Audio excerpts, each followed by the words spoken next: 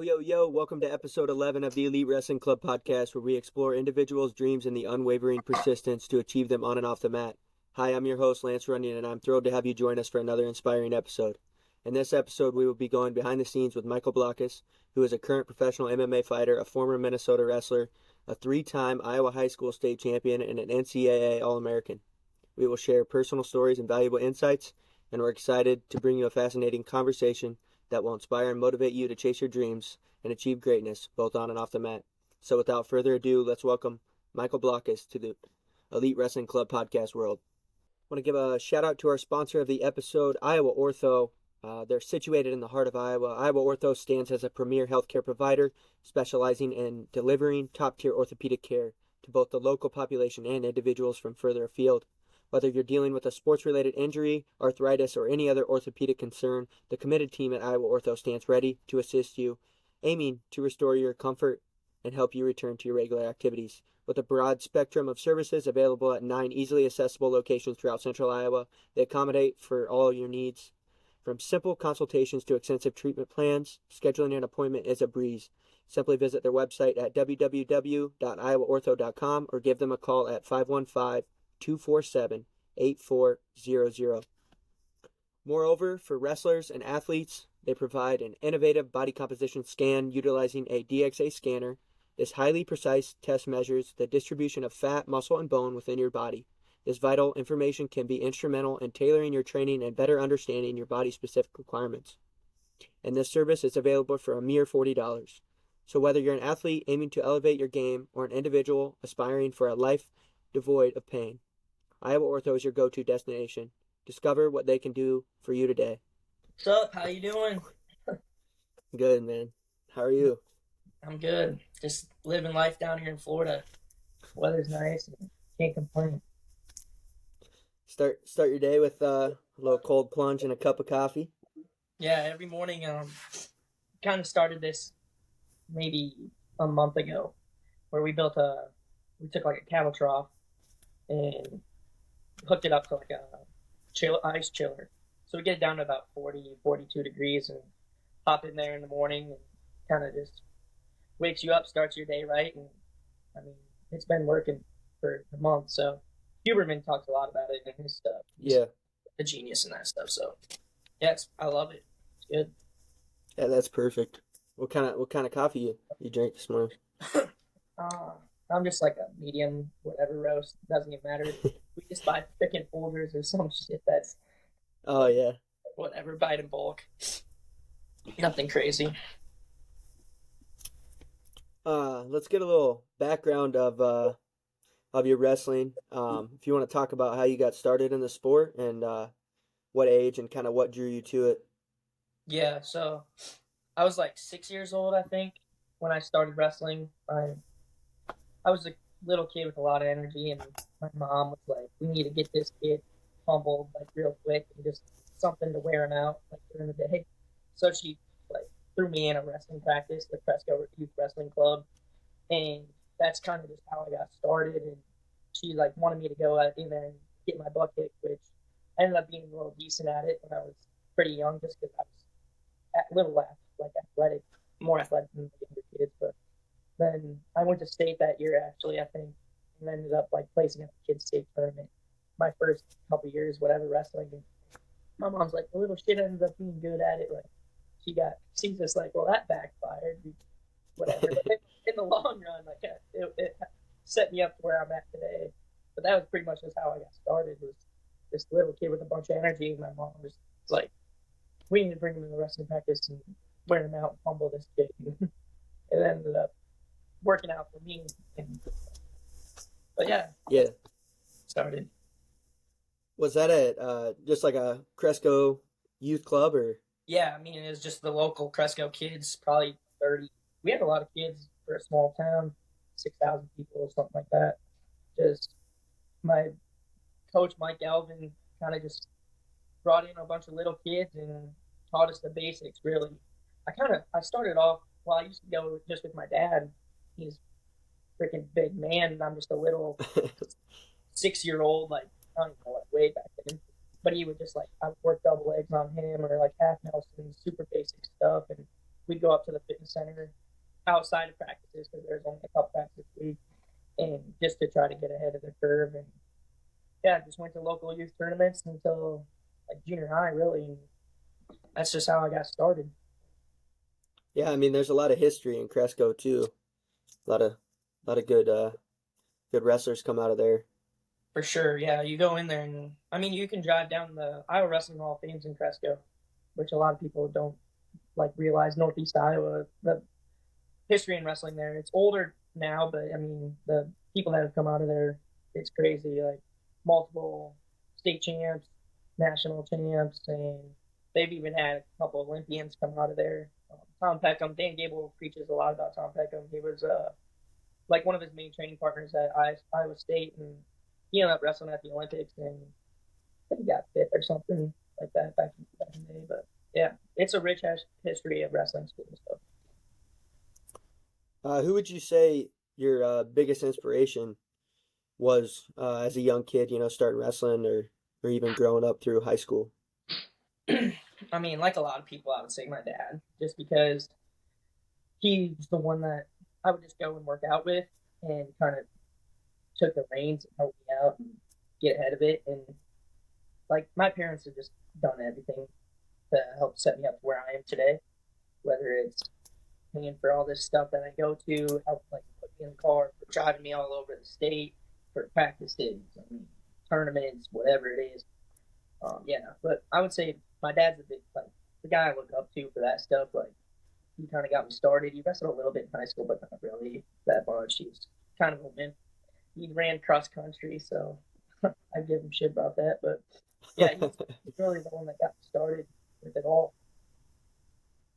Did you play any other sports growing up, or was it Yeah, I did solely every. focused? I mean, I did everything up until like once high school started. That's when I got serious, just wrestling. But I did football. I mean, I was the size of the helmet, so it was kind of hard for me as a small kid. But I was tough, and the wrestling background helped me in that. So I was able to tackle big guys. And I was just smaller sized all the way until high school, and then I did track 1 year in seventh grade. There's a funny story about all that stuff, but I wanted to quit track because I hated it and I hated the running and all that stuff, practices, whatever. But my mom is the one that's like, "You started it, you're gonna finish it," and that's just. I was like, "Yeah, all right, blah blah." And I ended up getting in trouble on a bus on the way to a track meet, and they made me run. So that's like a lot of people remember that because I like walked the last 10 years or something. I was Oh like, my "Screw gosh. this." I did go kart racing was a lot of fun. Oh yeah, that stuff's cool. Enjoyed that. We got to travel around. My little cousin Cole, he started when he was 6. He does like big stock cars now. I kind of had to quit that because of freestyle and Greco wrestling. And baseball, I really love baseball as a fun sport to play. And all the sports are fun just because it's relaxing. I don't take it serious. Wrestling, wrestling's fun too, but I took that one a little more serious than the rest of them. But yeah, that was kind of all of them. Yeah. So when you were wrestling, growing up, was there like a specific club you started going to? Was there some coaches you did some, private training or anything like that? Yeah, I mean, your high school coach, Jake Agnich, was one of them. I wrestled with Elite Takedown Club in Immortal Athletics. I started at Elite when I was in 6th or 7th grade. Jamie Gray and Jake Agnich, Kenny Anderson, a lot of the Wartburg alumni. They started the club. We were literally working out of like a trailer home type thing, where it was like a mat and a half, big heaters on the ceiling, and we'd go to New Hampton. I would work out with a lot of those guys. Um, just kind of really that's what got me to the next level. I would say is going to join a wrestling club, and I was surrounded by partners all over the state that would travel to the club, and they really helped me with everything, whether it's just in life, a guy I could go talk to. I talked to Jamie Gray a lot. He was a guy I looked up to um, on a lot of that, the life aspect of things and wrestling. He kind of took me under his wing as like one of his guys or whatever you want to say.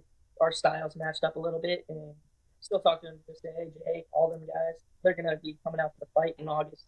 So yeah, Jake used to love them. all the time just because he was a college wrestler and I was up around his size. I was like 112 pounds, but he actually put in question thing like who won the last takedowns. Yeah. I don't even remember because me and Noah Phi started getting the better of him as soon as we got bigger and older. But he beat us up a lot. Actually, this is a funny story with Jake and Jamie. This is like my parents, how I'm going to a wrestling tournament in 7th or 8th grade. It's like the Prairie Hawk Open, which is tough for like the youth kids. It was like you always got the big trophy, and they were 16-man brackets, whatever.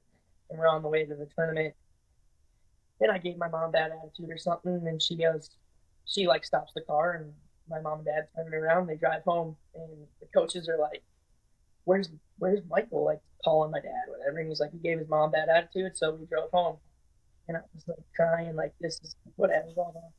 I get to practice like the following next couple days or whatever, and I just got my butt kicked for like an hour and a half grind match by Jake. Just beat me up for like an hour and a half straight. Like we were off to the side, everyone's doing the regular practice, and yeah, I didn't give my mom any bad attitude ever again, really, because I wanted to go to all the wrestling.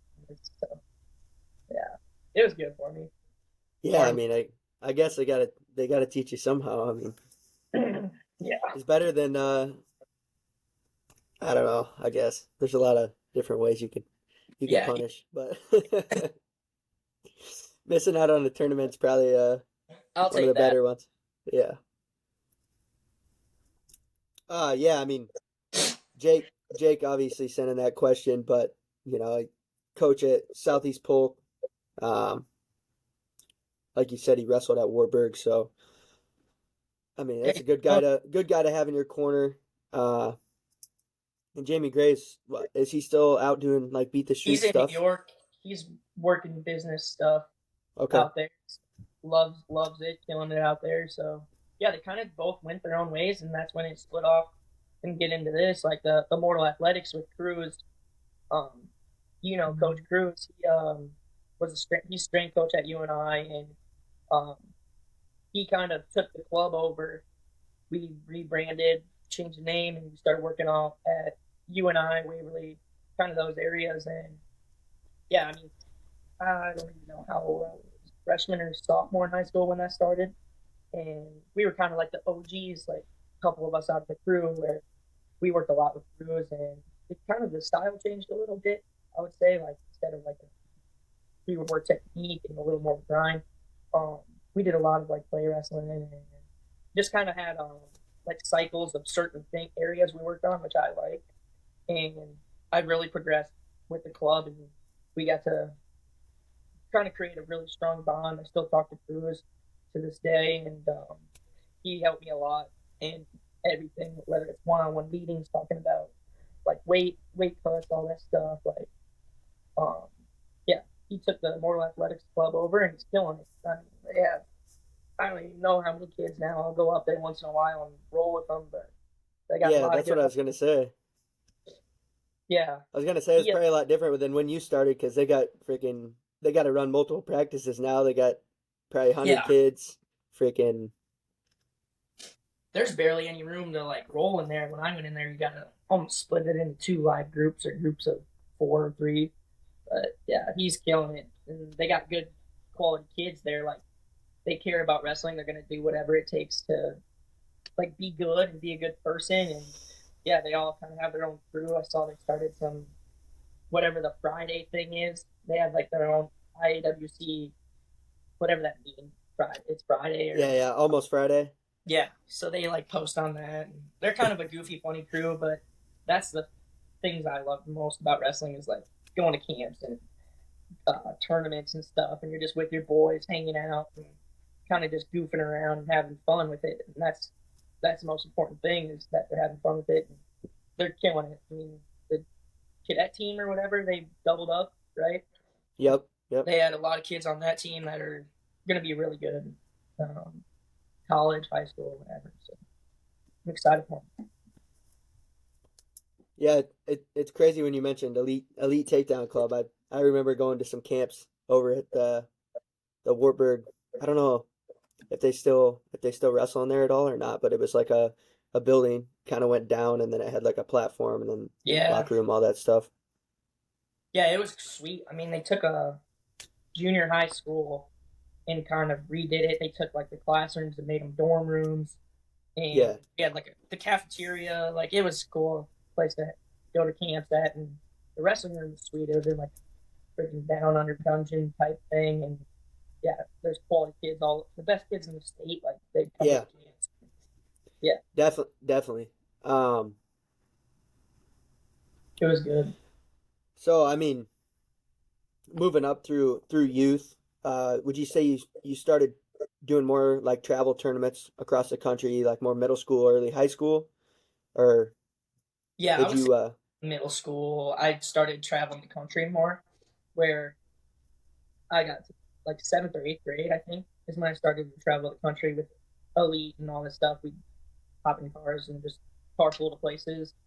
But other than that, growing up, I did a lot of the local tournaments and got into folk style nationals a little later, like fifth, sixth grade.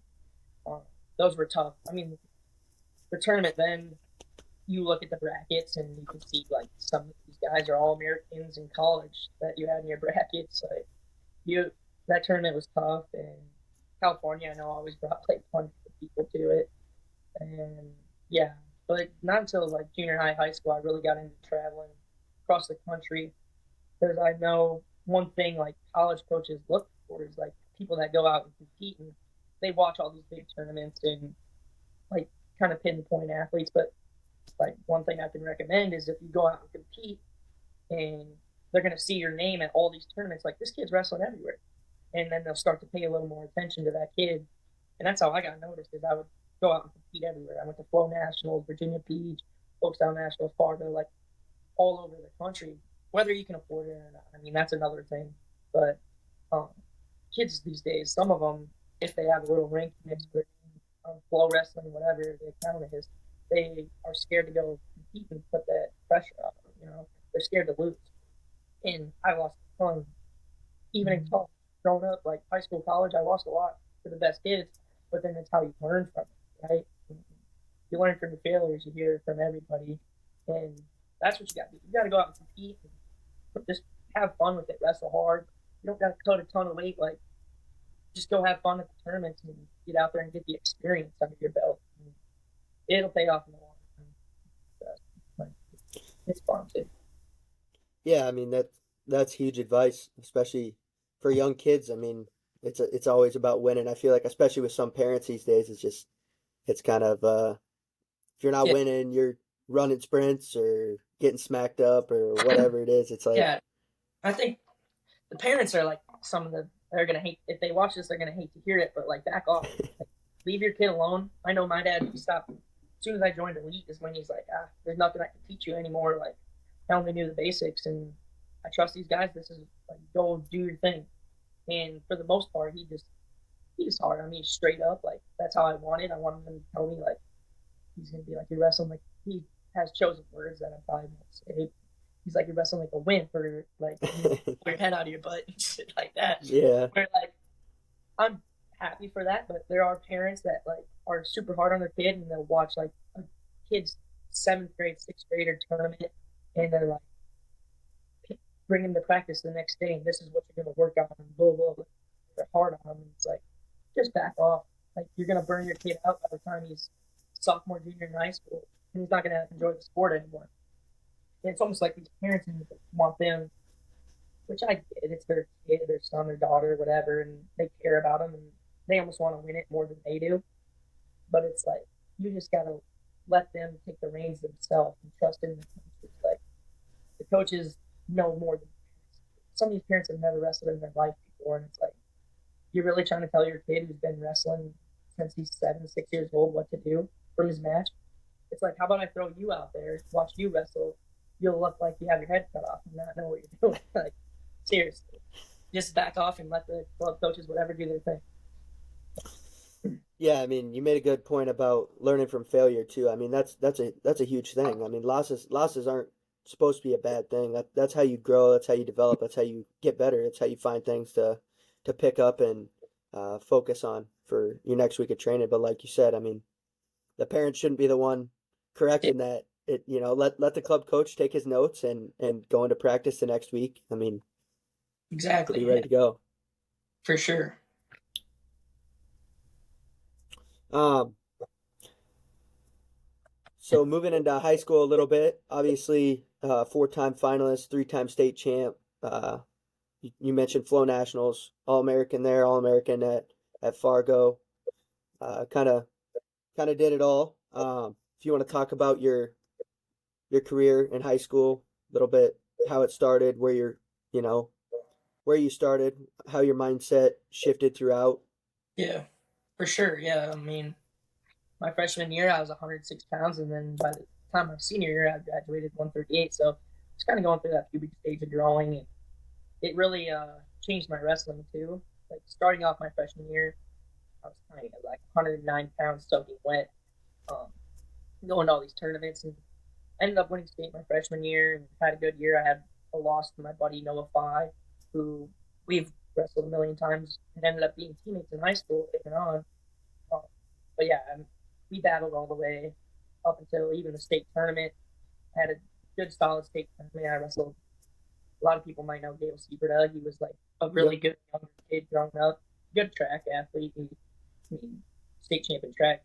But he was like number one going into the tournament, undefeated, blah, blah. And I had him second round of the state tournament. And I ended up like cow catching, pancaking him in the first period or something. And I was like, oh, like I'm better than I think I am. And that's really like where I made the little mindset shift. And I'm like, I can win this thing.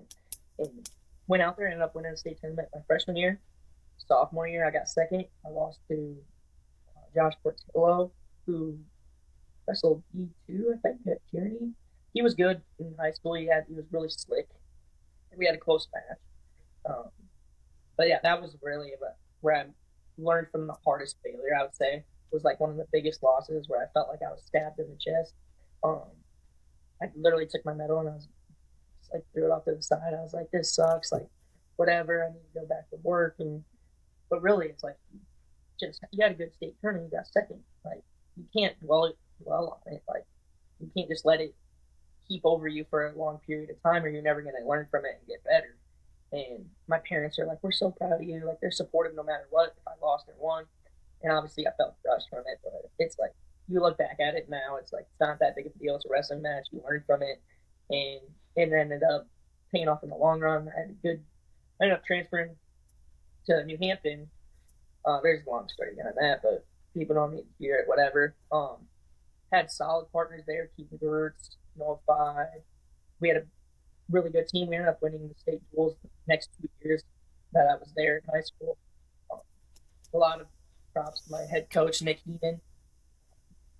That dude was like a father to me. Like growing up, I would stay at his house or hang out there during the day if I like we're going to a club practice later that night or something. Um, but he really is the one that brought me in and like did everything for me, and I really appreciate everything that they've done. Everyone at New Hampton was like a tight knit family, and we did everything together and for each other. And that's just kind of our motto. All the teammates, brothers there.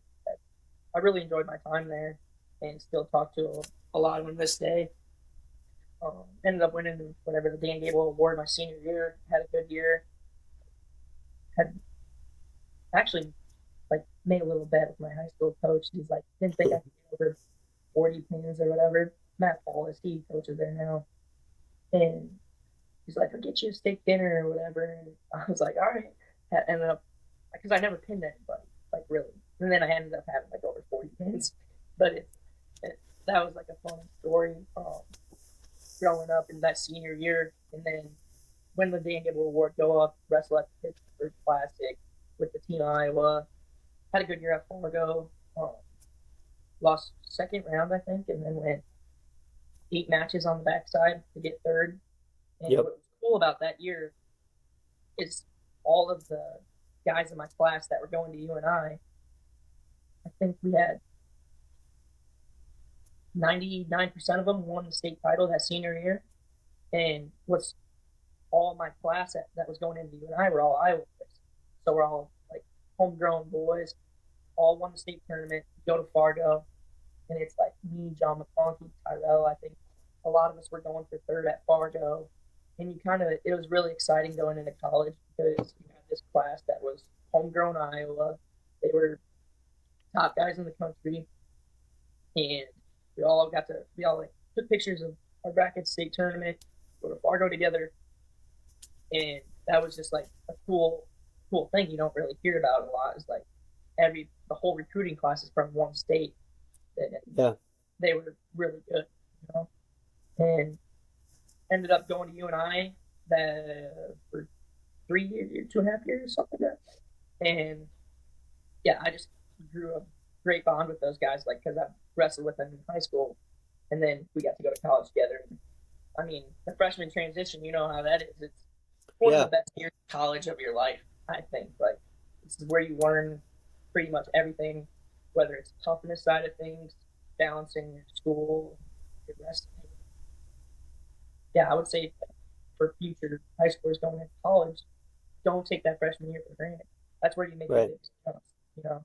You're going to get your butt kicked every single day in the wrestling room, but if you stick it through, and like, you're going to think you're a very good wrestler, but by the end of it, you're going to get really good because of the partners and the coaches, and they're pushing you to become the best man wrestler you can be.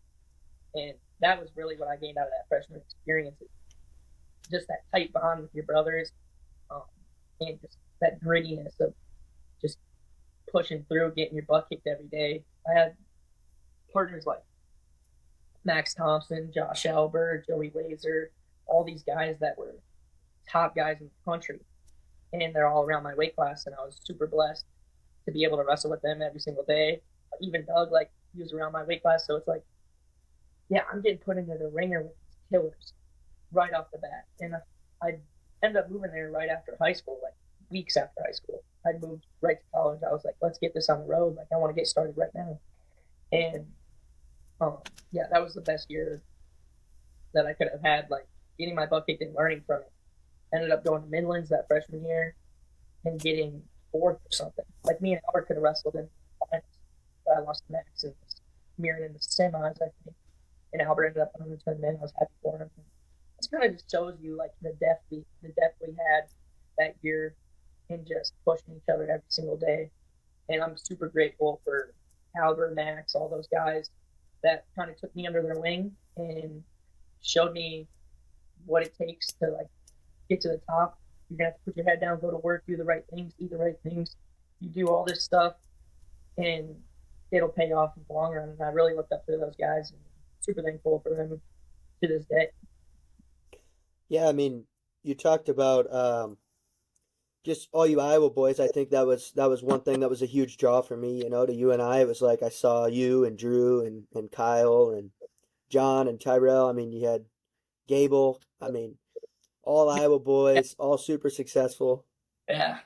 I mean, it's like, why would you not want to go be another Iowa boy at UNI, And then you talked about that transformative year of freshman year, being able to build confidence while you're, I mean, you said it, getting your butt kicked. Same thing happened to me, but it's like you either put your tail between your legs or you just go in the next day. All right, I'm going to get a takedown today. I haven't got a takedown in 3 or 4 months. I'm getting a takedown today. Yeah, and you can, I mean, you had a tough weight class yourself around like Foster and Parker and all those guys. Like, I feel like we were in similar spots where we got thrown into that ringer. I mean, Luan, all those guys. Where Steyer, we wrestled Steyer. Steyer was a killer, and he wasn't nice about it. Like, he's gonna rip your freaking neck off if he wants to get that turn. Like, people, like, that's what I'm super grateful for, is like getting my butt kicked every day and learning from it. Going home sore, like into the dorm sore shit, and you gotta wake up the next morning and go do it again. And the same thing is like, that's the biggest life lesson it's going to teach you is, I don't want to go to work today, but you know what? I'm going to put on a smile, look myself in the mirror, and say you're going to have a damn good day, and you're going to go in there and crush it, whether it's right or not. You fake it till you make it. And that's just really what I'm taking into my life now, is you're going to have the ups and downs, but it's what you do with it, and I mean, you go from there, really.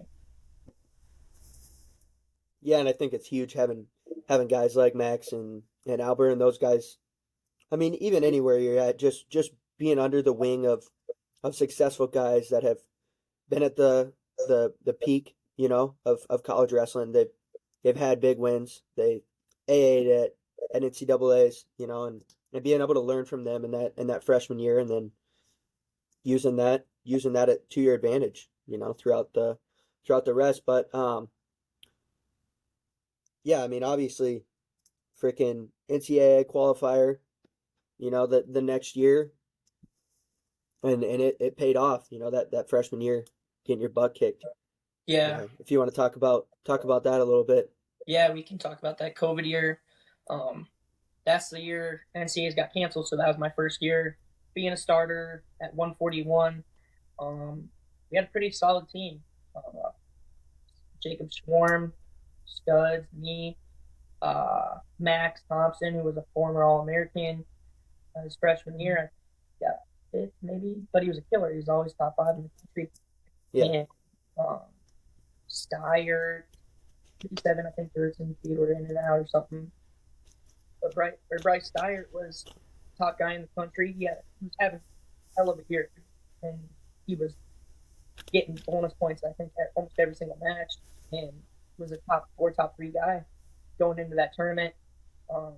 Taylor Luan was number 1 in the country and crushing kids. He was seeded first at the NCAA tournament going in there.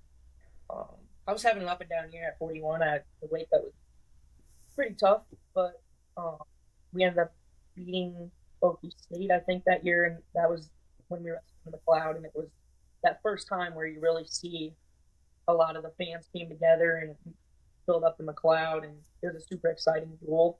I wrestled Dusty Hone, who was ranked in the country, and we had a good match. Ended up, I don't know if it went to overtime or not, but I ended up beating them there. And it's just like that electric crowd atmosphere for the first time, really.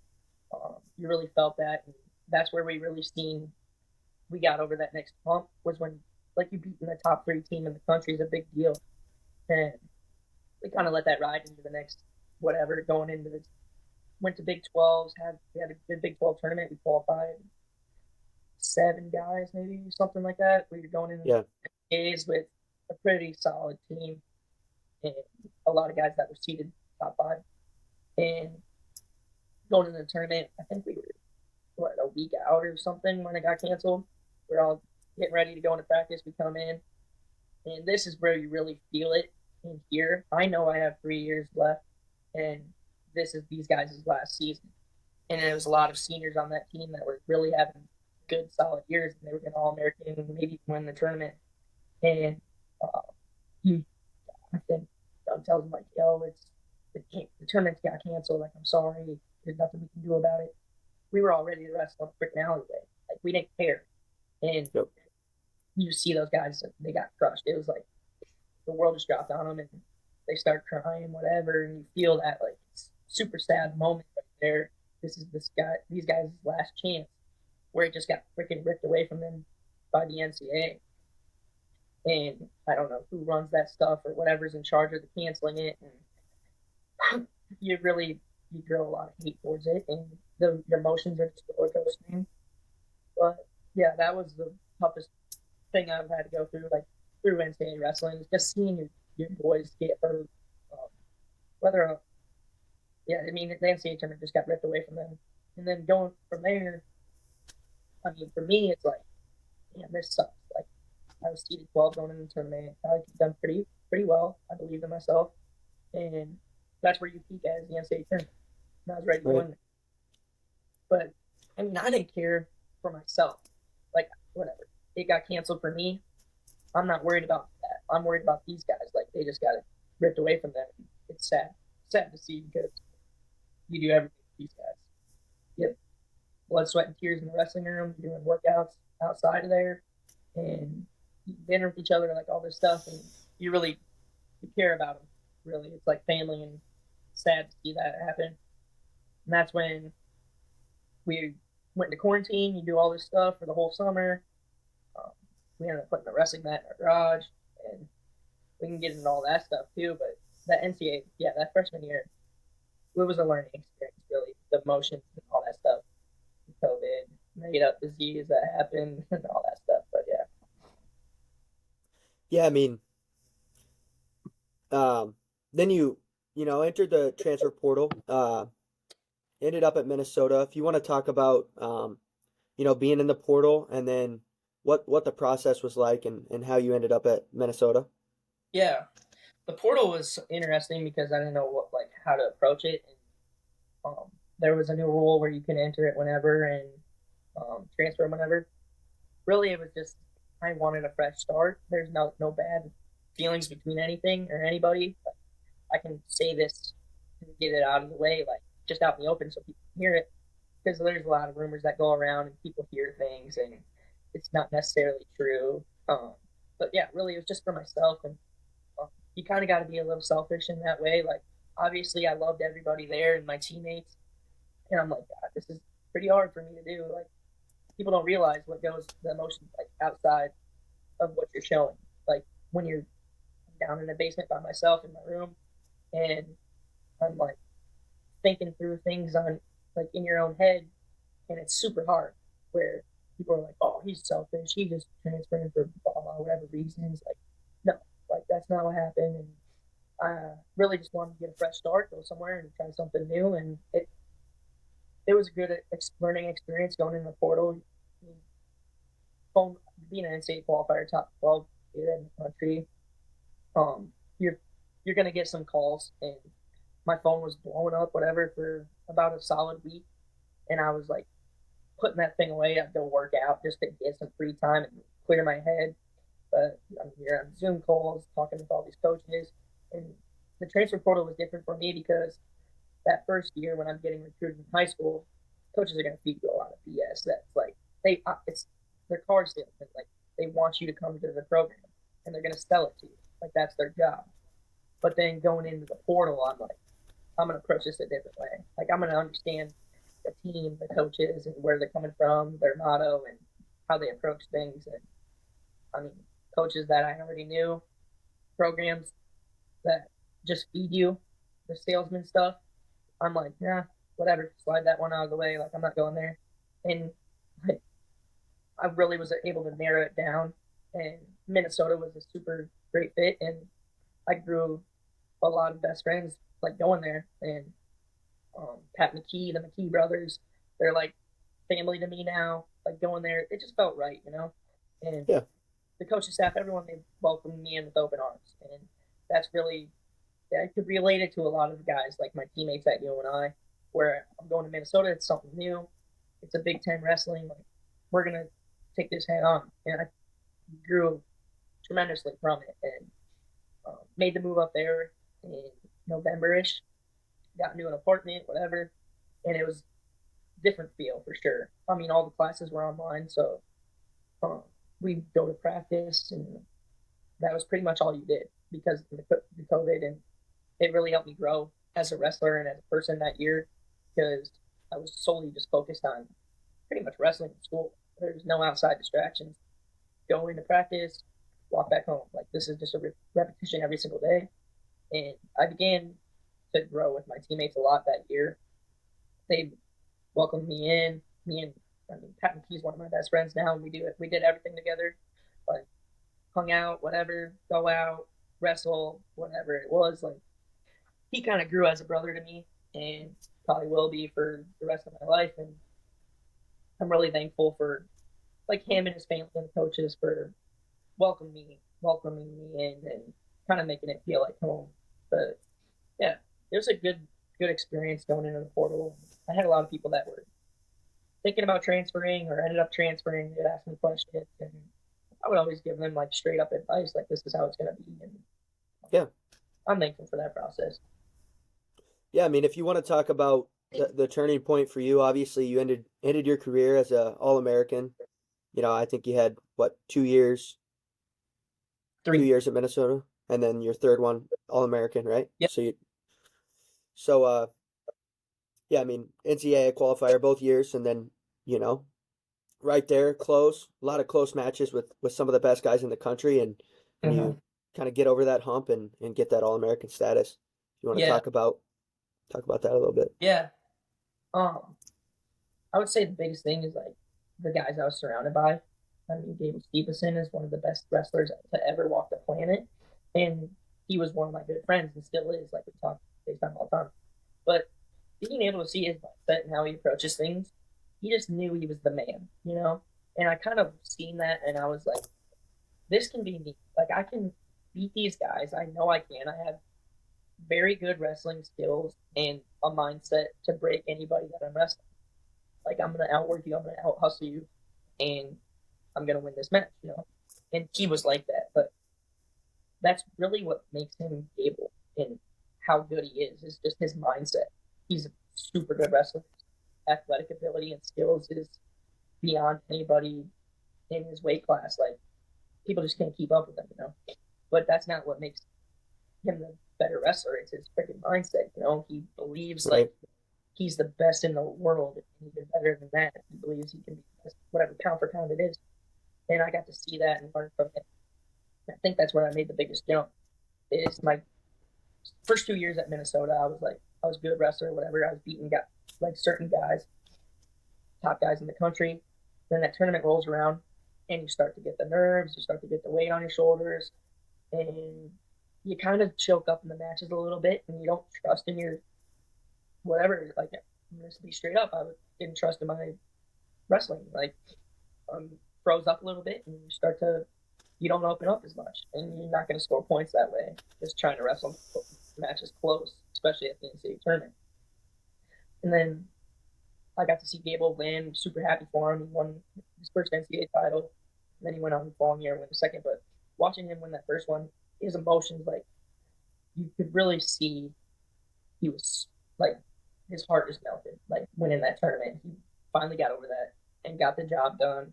And you kind of see like the satisfaction of that, and you're like, I want that feeling.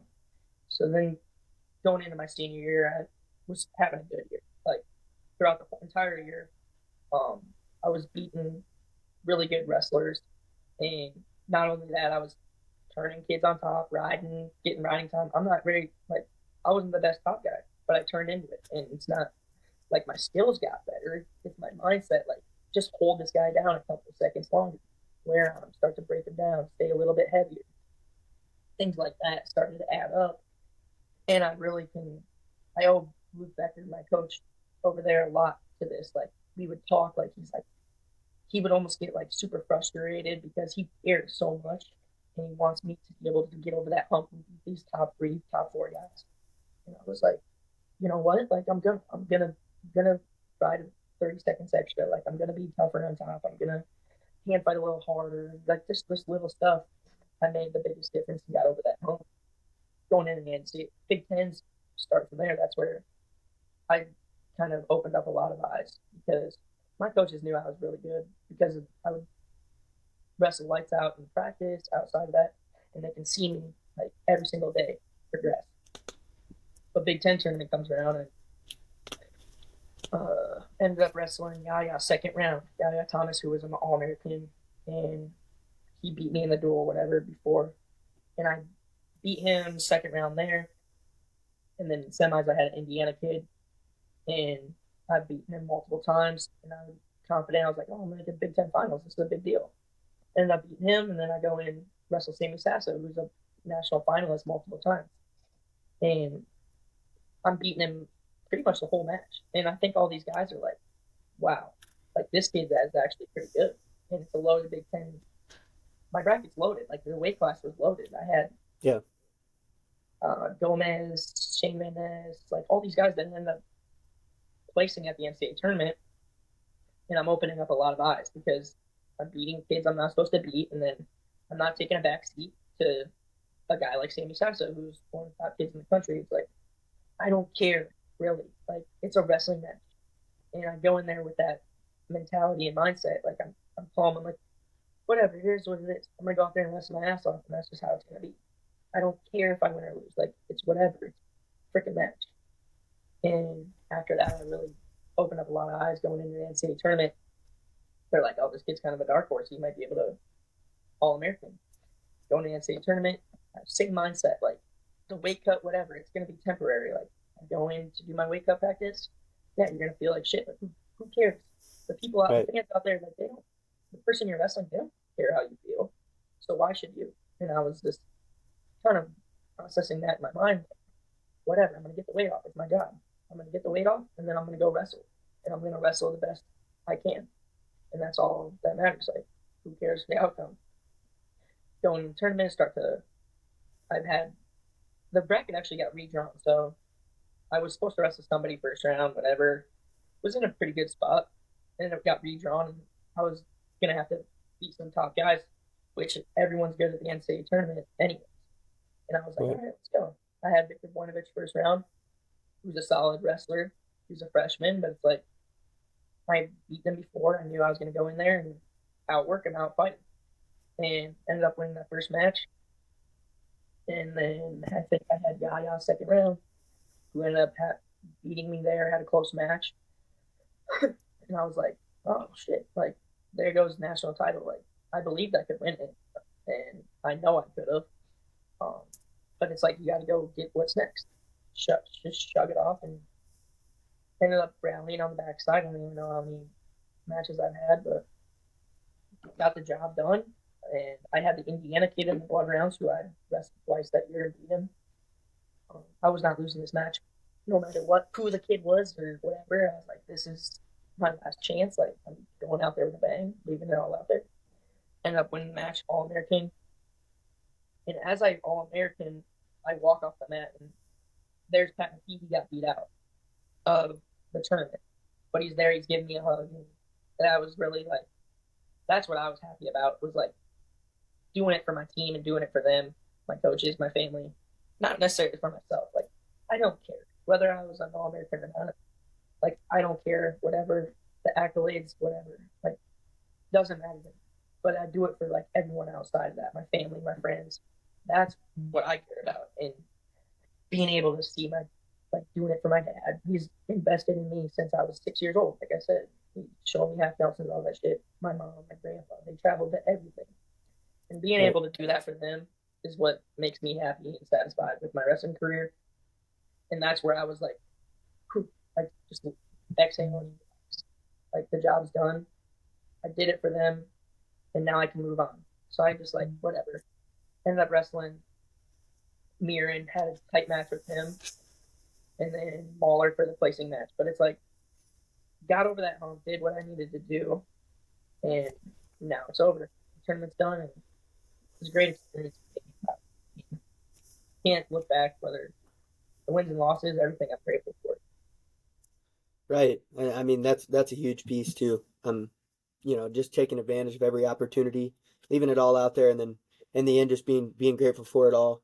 Another thing you talked about was just really knowing you're the man. You know, your self belief, your self confidence. That seems like a huge switch, and like you talked about with Gable, you see the top guys, and that's really the edge. That's the edge that they have over everybody else. Yeah, I mean, their skills are good, but at this level, everybody's skills are good.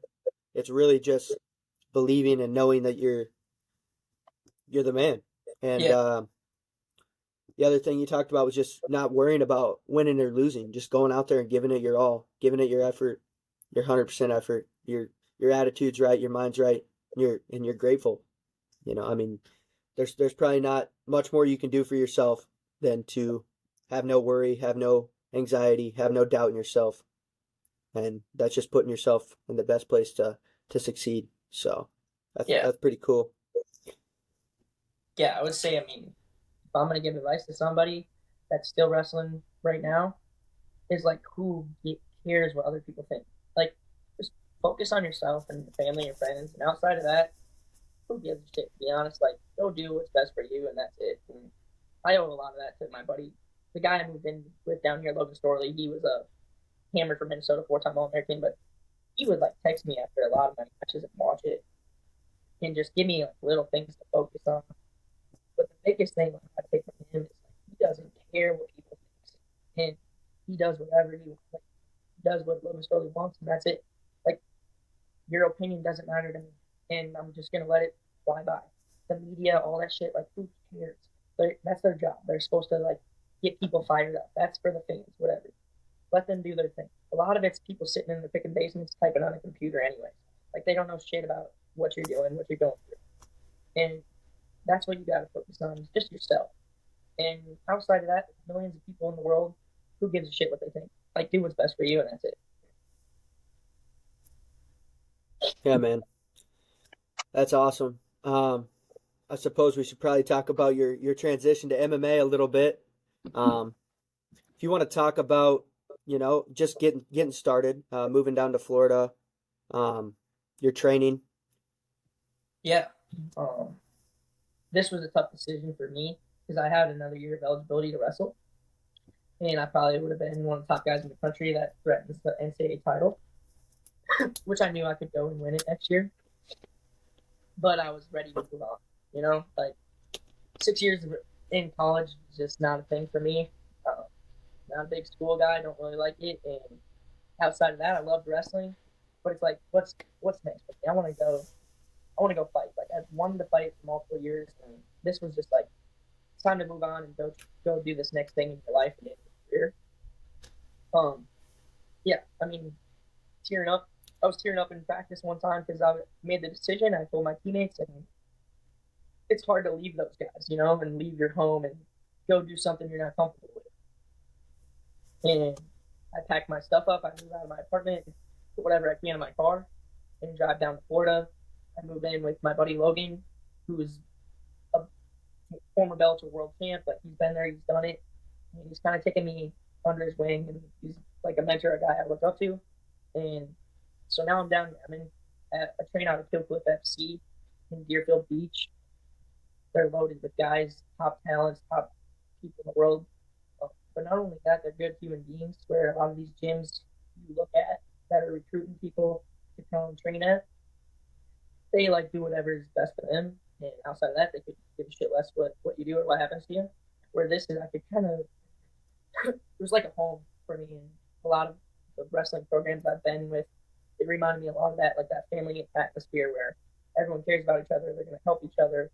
They're not going to try to beat you up in a gym. Like, they're really going to do what's really best for each other, and that's why I came here. Um, yeah, I mean, the coaches here are awesome. They're some of the top coaches in the world. We got Henry Wolf, who's one of the best kickboxing. I'm going to say the best kickboxing MMA coach in the world. Um, he believes in what he's doing, and he believes in his athletes, and that's what you need in a coach. Not just someone that's going to come in and show you some shit and be like, all right, let's go practice it, and you're going to get as good as you can, whatever.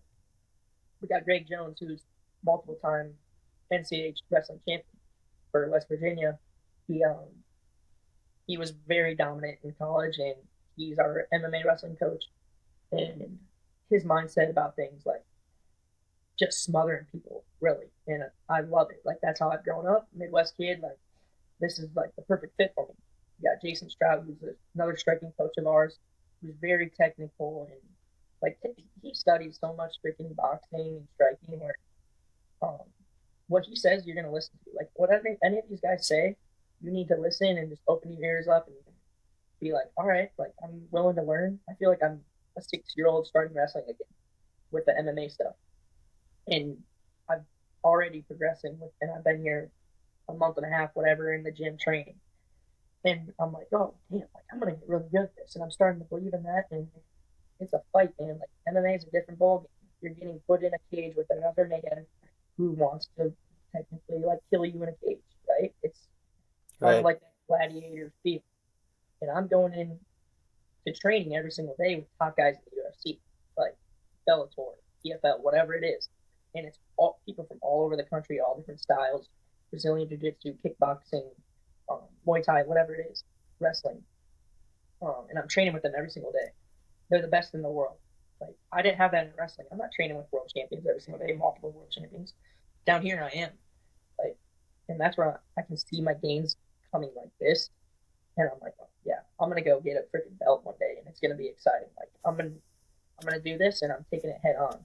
Like, that's why with the wrestling thing, I wasn't gonna be 1 foot in, 1 foot out, like doing MMA, trying to progress with that, and then do another college wrestling season. I was like, I'm bought in, I'm 100% in on this, and that's why I moved down and started it. And so far, it's been an awesome learning experience, and I'm excited. August 11th, Sioux Falls, South Dakota, I'm making my MMA debut on a Bellator card. fell towards a big promotion and kind of the young buck going in. And my roommate's going to be the main event of the card down there. So, I mean, the card's loaded up. We have multiple guys from our gym going there. I think the whole main event, we have one guy in each fight from our gym. And then I'm be on the prelim.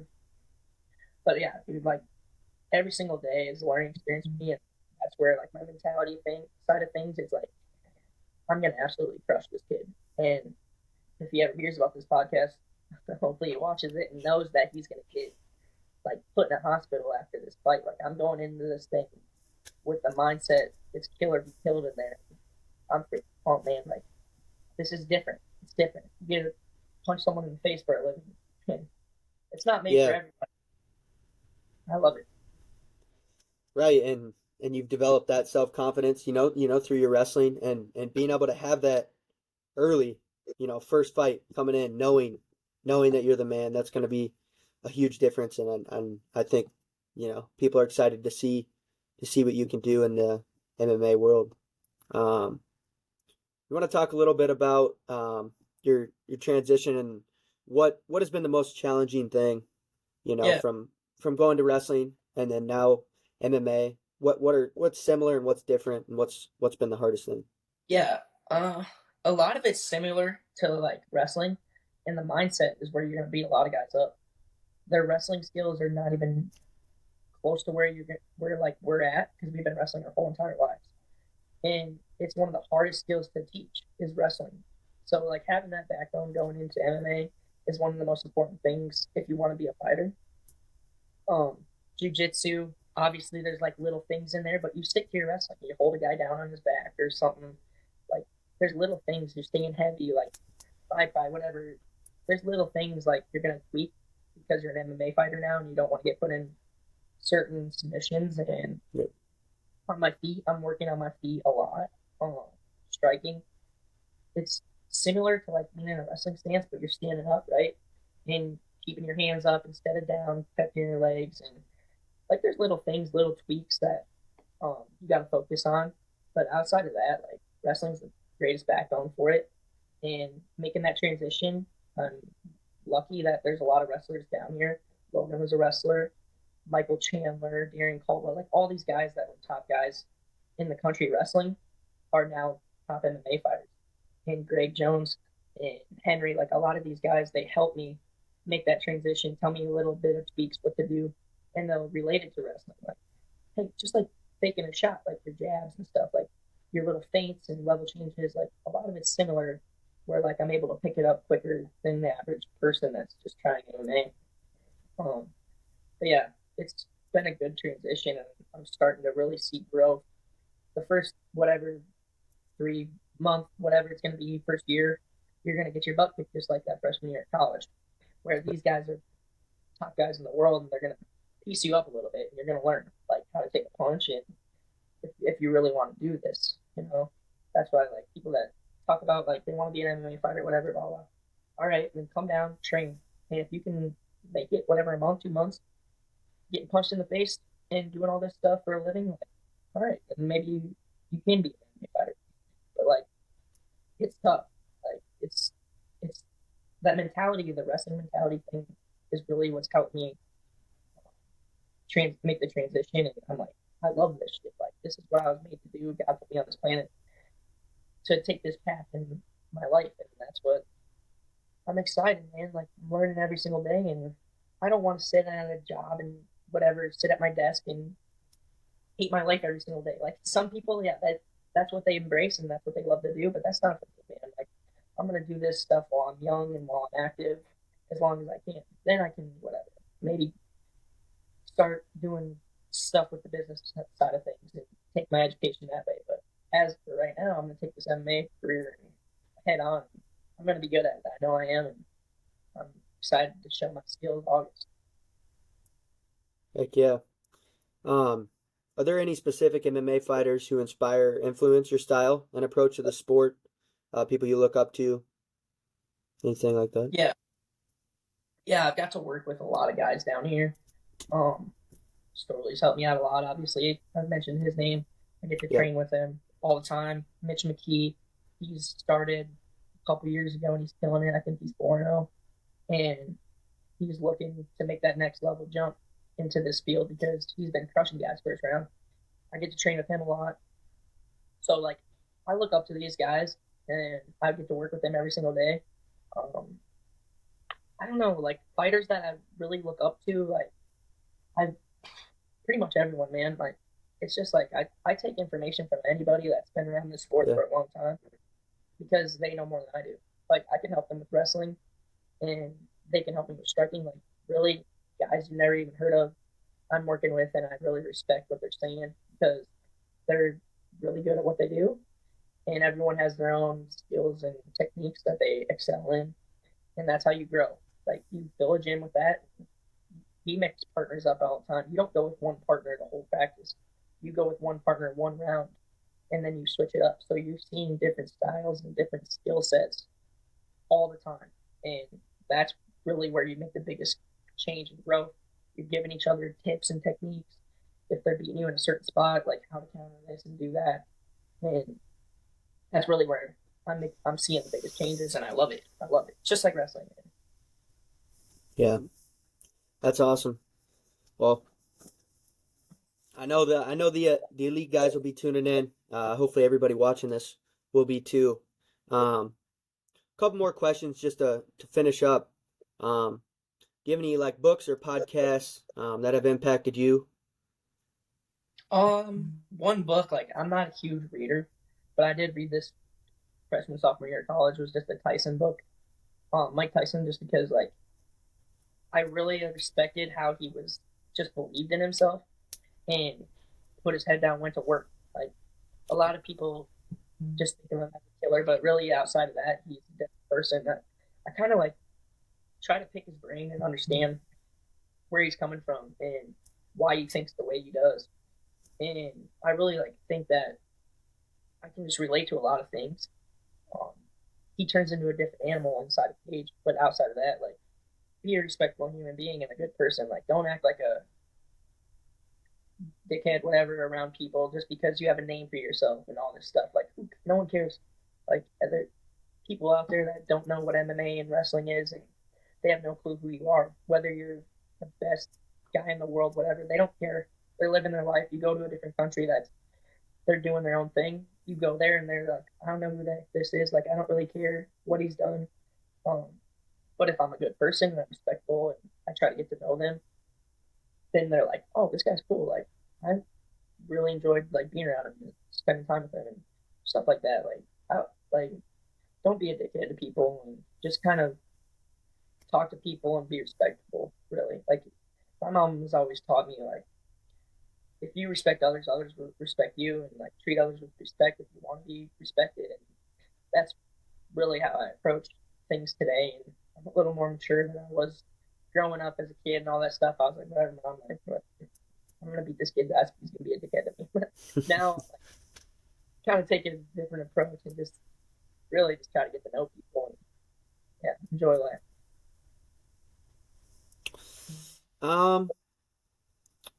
You have any other hobbies or things you like to do? I mean, especially now that you're down there in Florida. I mean, there's a lot of fishing and stuff like that, but Yeah, I do a lot of golfing now.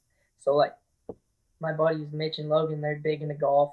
Um, I wasn't not as good as them, but you get to golf year round in Florida. The weather's nice all the time, and the courses are beautiful. I think it's a state with one of the most golf courses in the country. But yeah, I do a lot of golfing outside of that.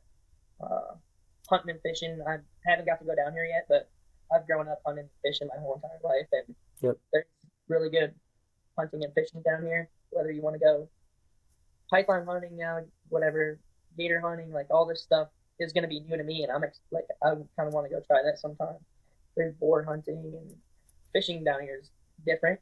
The ocean, and you can go charter and do this stuff, which I'm looking forward to do. Just trying new things, really. People think like Florida's let's go to the beach and go sit down and stuff. It's not like that once you move down here. And, right.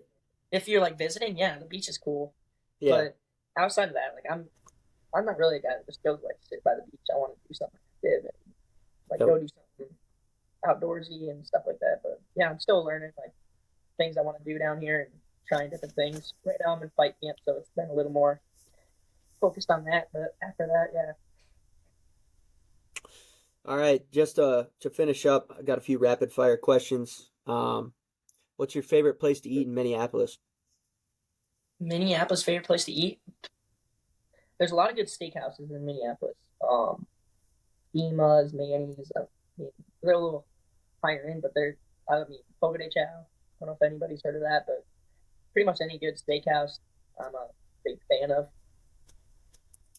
What's your favorite sports team? Chicago Bears, bro. Ride or die. Whether they suck or they're killing it, I mean, I'll be a loyal fan until I'm dead. There you go. Favorite movie? I like, this is a tough one. I like comedy movies, like Step Brothers again, movie. Just good laugh and go with that. Oh yeah. Favorite athlete? I mean, Dan Gable was kind of the guy I always looked up to. And I got to get to know him a little bit, being a Northeast Iowa kid, so probably him. And then favorite home cooked meal?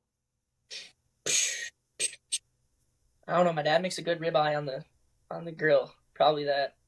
My mom, she's a baker. Like whatever she wants baked, and yeah, sweets from her. Heck yeah. You want to just tell everyone about your upcoming fight again? When, where, how to watch? Yeah. It'll be Bellator 298 in Sioux Falls, South Dakota, August 11th. I'll be one of the first fights, if not the first fight. It'll be around 5:30. Midwest. Yeah, that's pretty much it. We also can say like coming out with a T-shirt, MMA T-shirt Yep.